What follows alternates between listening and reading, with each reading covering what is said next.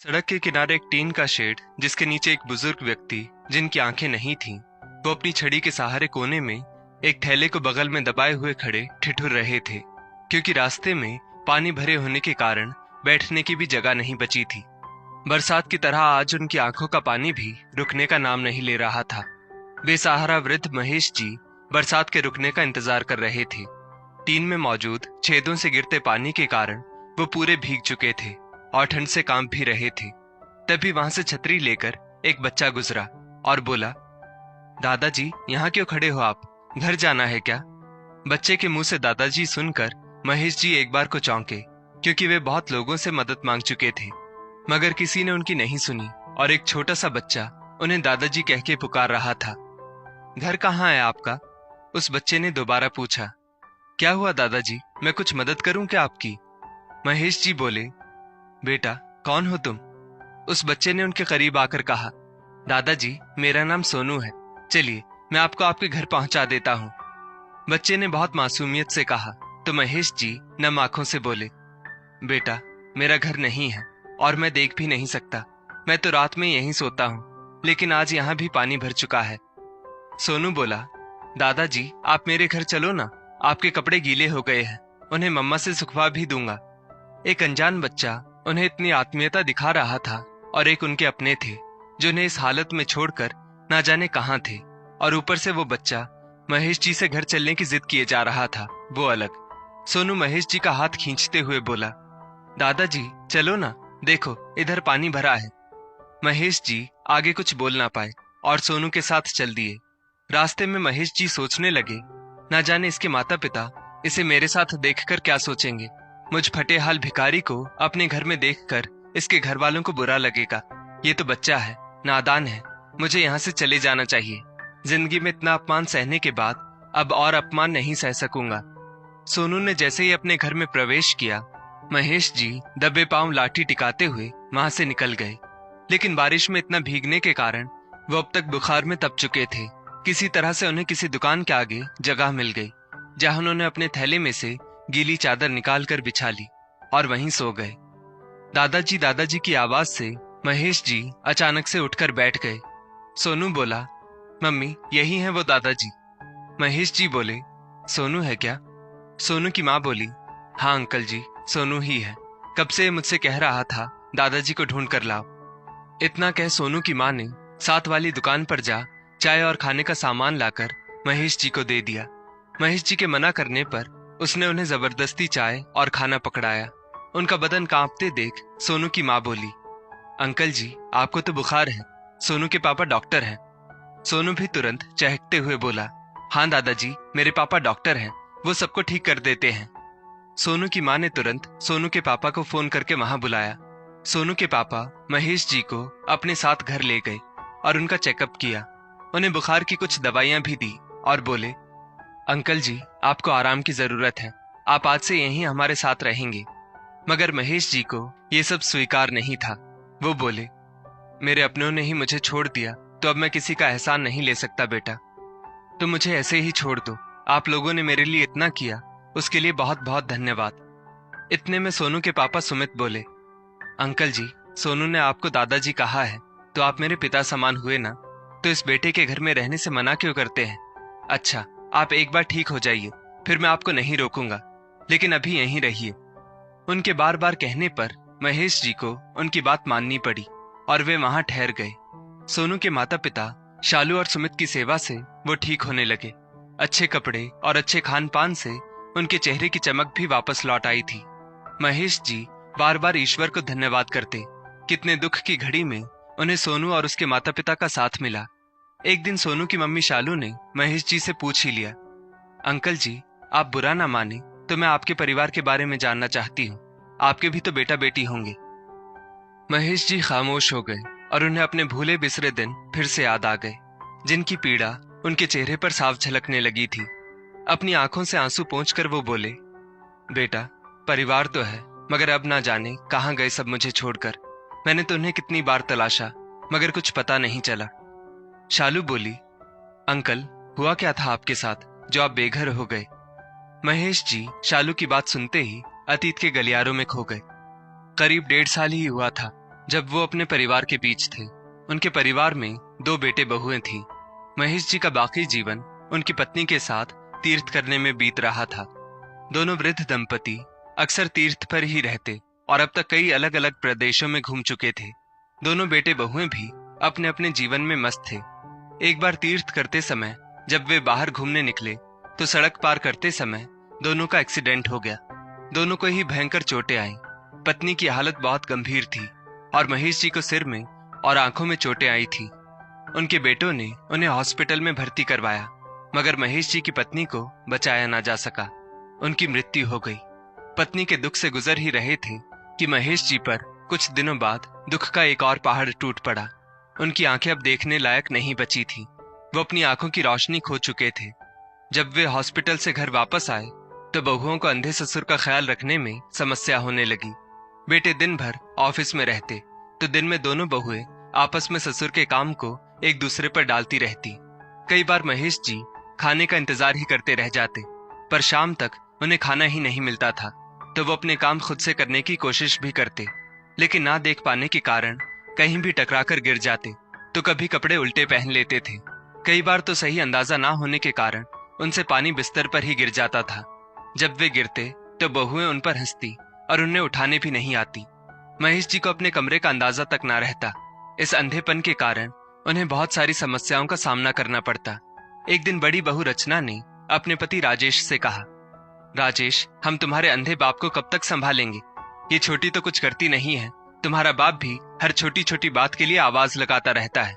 मैं सारा दिन सब संभालते संभालते थक जाती हूँ। मुझसे तो ये सब और नहीं होगा। तुम अब कुछ फैसला कर लो।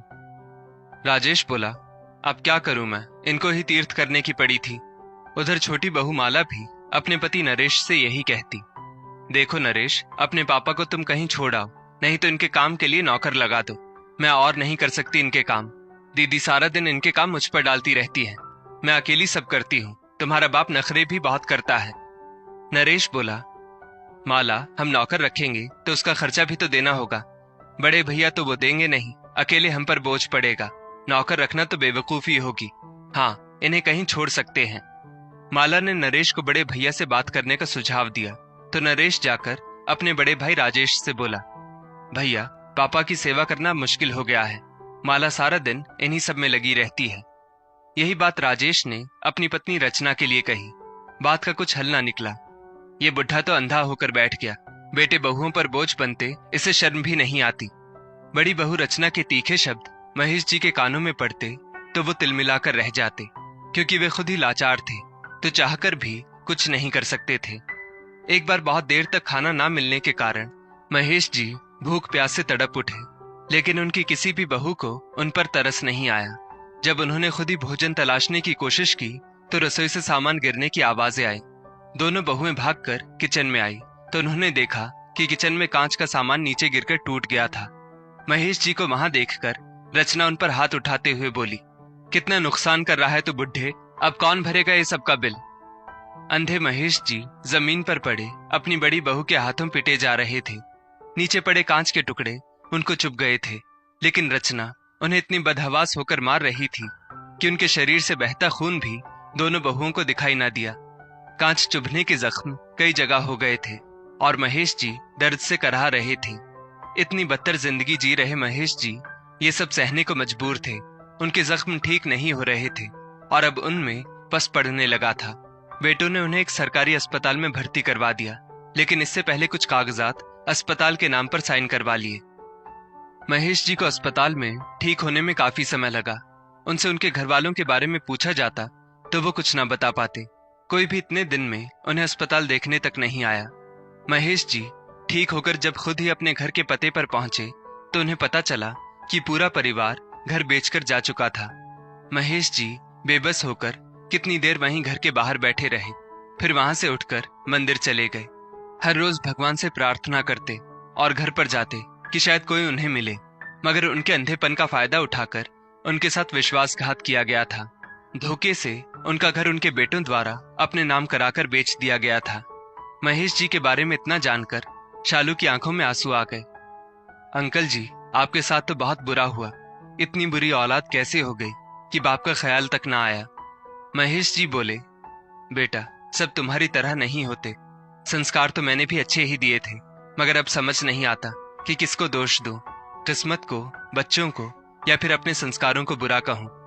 महेश जी रो रहे थे और सोनू उनके आंसू पोंछ रहा था। एक दिन सोनू के पापा सुमित ने घर आकर कहा, अंकल जी, एक आंखों के कैंप का आयोजन हो रहा है। वहां आपकी आंखें दिखाकर पता कर सकते हैं कि आप फिर से देख पाएंगे या नहीं। क्या पता कुछ इलाज हो जाए और आप देख पाएं। महेश जी ने कहा, नहीं बेटा, डॉक्टर ने मना कर दिया था। अब तुम भी रहने दो। तुमने मेरे लिए इतना किया, वही काफी है। मेरे इलाज में बेकार में इतना पैसा भी खर्च होगा और फायदा भी नहीं होगा। सुमित बोला, अरे नहीं नहीं अंकल जी, इलाज काफी सस्ता है, बल्कि गरीबों के लिए मुफ्त भी है। सोनू खुश हो रहा था कि अब दादाजी देख पाएंगे, क्योंकि शालू ने उनको इलाज करवाने के लिए मना लिया था। कैंप में उनकी आंखें दिखाई गई तो डॉक्टर ने कहा कि ठीक होने की कुछ संभावना तो है, लेकिन थोड़ा ट्रीटमेंट शुरू करके ही आगे पता चलेगा। सुमित डॉक्टर्स की इस बात पर राजी हो गया और महेश जी का इलाज शुरू हो गया। 1 महीने के ट्रीटमेंट के बाद डॉक्टर्स ने कहा कि आंखें वापस आ सकती हैं। महेश जी के 6 महीने के ट्रीटमेंट के बाद वो दिन आ गया जब उनकी आंखों की पट्टी खोली जानी थी। उन्होंने सबसे पहले सोनू को देखने की इच्छा जताई। धीरे धीरे आंखें खुली तो पहले उन्हें कुछ नजर नहीं आया, लेकिन थोड़ी देर बाद उन्हें सोनू का चेहरा दिखाई दिया। दादाजी दादाजी कहकर वो उनसे लिपट गया। महेश जी ने उसे खुद से लिपटा लिया और खूब प्यार किया और बोले, मेरे मासूम फरिश्ते, ये सब तेरे कारण ही हुआ है। महेश जी अपनी आंखें ठीक होने से बहुत खुश थे और उन्होंने सुमित और शालू से अपने घर के पते पर जाने की इच्छा जताई। दोनों उन्हें लेकर वहां पहुंचे तो उस घर में आए नए मकान मालिक ने उन्हें कुछ नहीं बताया। महेश जी दुखी मन से वापस आ गए। अब महेश जी के दिन सोनू के साथ बीतने लगे थे। एक दिन उन्होंने सुमित और शालू के सामने अपना थैला खोला और अपनी पत्नी की तस्वीर बाहर निकाली। महेश जी उनसे बोले, तुम दोनों के कारण ही मैं ये जीवन फिर जीने के लायक हुआ हूँ, नहीं तो मैं तो भिखारी बन चुका था और दर दर की ठोकरें खाने को मजबूर था। आज अपनी पत्नी की तस्वीर इन्हीं आंखों से देखकर उसे याद करता हूँ। ये सब तुम लोगों के कारण ही मुमकिन हो सका है। सुमित और शालू महेश जी की बात सुनकर बोले, हमने ऐसा कुछ नहीं किया, धन्यवाद तो उस भगवान का है, और फिर सोनू को भी तो दादाजी मिल गए। महेश जी ने उनकी बात सुनकर हाथ में ली तस्वीर को पीछे से खोलना शुरू कर दिया। ये देखकर वो दोनों चौंक गए कि ये ऐसा क्यों कर रहे हैं। महेश जी ने तस्वीर खोलते ही पीछे से कुछ कागजात बाहर निकाले, जिन्हें देखकर दोनों हैरान रह गए। महेश जी बोले, ये उस जमीन के कागजात हैं जिसके बारे में मेरे बच्चे तक नहीं जानते थे। ये जमीन हमने तीर्थ पर जाने से पहले खरीदी थी, जिसके लिए गांव की जमीन बेच दी थी। इसी शहर में इसको खरीदा था और तीर्थ से आने के बाद बच्चों को तोहफे में देना चाहते थे, मगर उसके बाद उनका रूप देखकर मेरा मन बदल गया। लेकिन अब ये जमीन मैं तुम्हें तोहफे में देना चाहता हूँ, क्योंकि तुम दोनों मेरे बच्चे ही हो। इतना तो मेरे लिए कोई नहीं कर सकता था कि सड़क से उठाकर दिल से लगा लिया इस भिखारी को। ये उसकी कीमत नहीं, बल्कि मेरा प्यार समझकर रख लो। ये सब देखकर सुमित और शालू हैरानी से एक दूसरे का चेहरा देख रहे थे। कुछ देर बाद दोनों ने कहा, नहीं अंकल जी, हम ये नहीं ले सकते। हमने किसी लालच में आपके लिए कुछ नहीं किया। महेश जी ये सुनकर उदास हो गए और बोले, बेटा, क्या इस जमीन पर हम हॉस्पिटल बनवा सकते हैं? ये सुनकर सुमित बोला, हाँ अंकल जी, बिल्कुल, मैं कल ही इस जमीन पर हॉस्पिटल बनवाने की प्रक्रिया शुरू करवाता हूँ। 2 साल बाद हॉस्पिटल बनकर तैयार था, जिसका उद्घाटन महेश जी द्वारा करवाया गया और वहां सुमित के अलावा भी कई डॉक्टर्स काम करने लगे। एक रात को सुमित को हॉस्पिटल से फोन आया और उन्हें अचानक हॉस्पिटल बुलाया गया। सुमित हॉस्पिटल पहुंचा तो देखा एक 8 वर्षीय लड़का जो बुखार से बहुत तप रहा है, जिसकी आंखें ऊपर चढ़ चुकी थी। सुमित ने उसे तुरंत एडमिट किया और 24 घंटे की निगरानी में रखने को कहा। दूसरे दिन महेश जी सुमित के साथ हॉस्पिटल का मुआयना करने निकले थे। तब वापस सुमित को इमरजेंसी कॉल आया कि उस बच्चे की तबीयत ज्यादा खराब है। सुमित महेश जी को लेकर वहां पहुंचा और उस बच्चे का इलाज करने लगा। बच्चे के माता पिता बहुत रो रहे थे। महेश जी ने जब उन्हें देखा तो हैरान रह गए। इस बच्चे के माँ बाप कोई और नहीं बल्कि उनके बेटा बहू रचना और राजेश ही थे। महेश जी की नजर बेड पर लाचार पड़े अपने पोते पर पड़ी तो उनका दिल रो पड़ा। राजेश ने जब अपने पिता को वहां देखा, वो हैरान हो गया कि इनकी आंखें ठीक कैसे हो गई और ये यहाँ कैसे। राजेश के मन में चलते सवालों को महेश जी ने ताड़ लिया था। पीछे से रचना की आवाज आई, डॉक्टर साहब, मेरे बच्चे को बचा लीजिए, ना जाने इसको क्या हो गया है। डॉक्टर सुमित ने बच्चे को देखते हुए धीरे से कहा, बच्चे की हालत बहुत गंभीर है, भगवान से प्रार्थना कीजिए। डॉक्टर की बात सुनकर रोती हुई रचना को महेश जी बड़े ध्यान से देख रहे थे। ये वही रचना थी जिसकी इतनी प्रताड़नाएं महेश जी ने बिना कुछ कहे सही थी। उनके कान में तभी रचना की आवाज पड़ी, ये तुम्हारा बाप यहाँ क्या कर रहा है?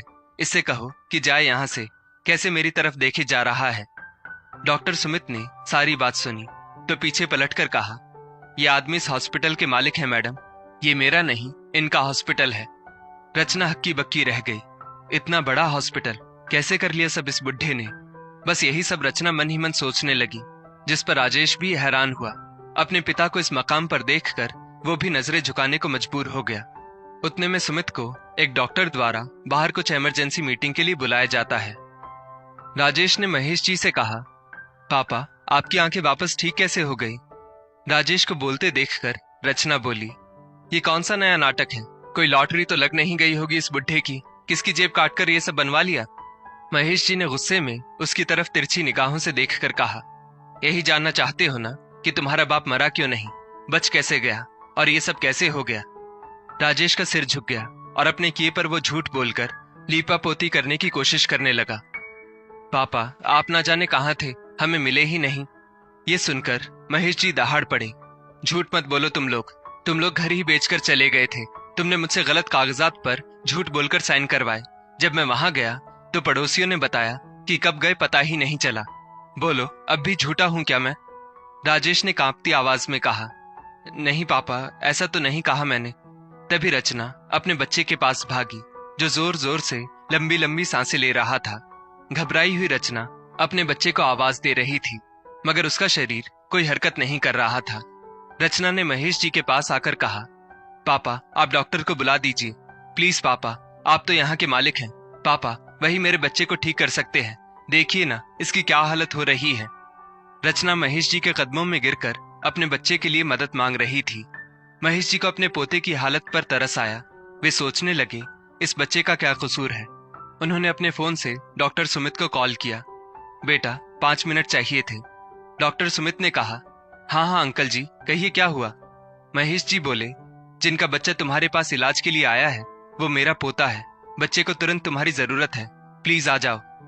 डॉक्टर सुमित ये सुनते ही डॉक्टर से चल रही मीटिंग छोड़कर आ गए और बच्चे का इलाज करना शुरू किया। रचना और राजेश महेश जी के आगे हाथ जोड़े खड़े थे। रचना ने हाथ जोड़कर उनसे माफी मांगी और बोली, पापा मुझे माफ कर दीजिए, बहुत बड़ी गलती हो गई है मुझसे, पाप हुआ है, आपको इतने दुख दिए जिसकी जो सजा मिले कम ही होगी।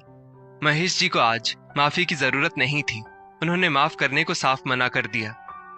राजेश ने रोते हुए कहा, पापा जी आज आप नहीं होते तो हम जाने क्या करते, मेरे बेटे का इलाज सही समय पर हो गया, पापा हम माफी चाहते हैं। मगर महेश जी कुछ नहीं बोले। डॉक्टर बाहर आए तो बच्चा अब खतरे से बाहर था। राजेश और रचना ने डॉक्टर को शुक्रिया कहा तो डॉक्टर सुमित ने कहा, इनको धन्यवाद कीजिए, इनके कहने पर ही सब हुआ है।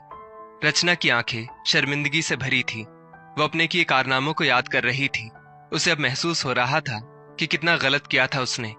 महेश जी वहां से अपनी कार में बैठकर घर के लिए निकल गए। उनके बेटा बहू उन्हें देखते रह गए। महेश जी एक वक्त जब मुसीबतों से घिरे खड़े थे तब यही बेटा बहू उन्हें असहाय छोड़कर चले गए थे। आज उनका साथ किस्मत ने छोड़ा तो महेश जी ने ही उन्हें सहारा दिया था। दोस्तों इस स्टोरी को लेकर आपकी क्या राय है नीचे कमेंट करके जरूर बताइएगा और ऐसी ही और भी बेहतरीन वीडियोस के लिए हमारा पेज जरूर फॉलो करें। धन्यवाद।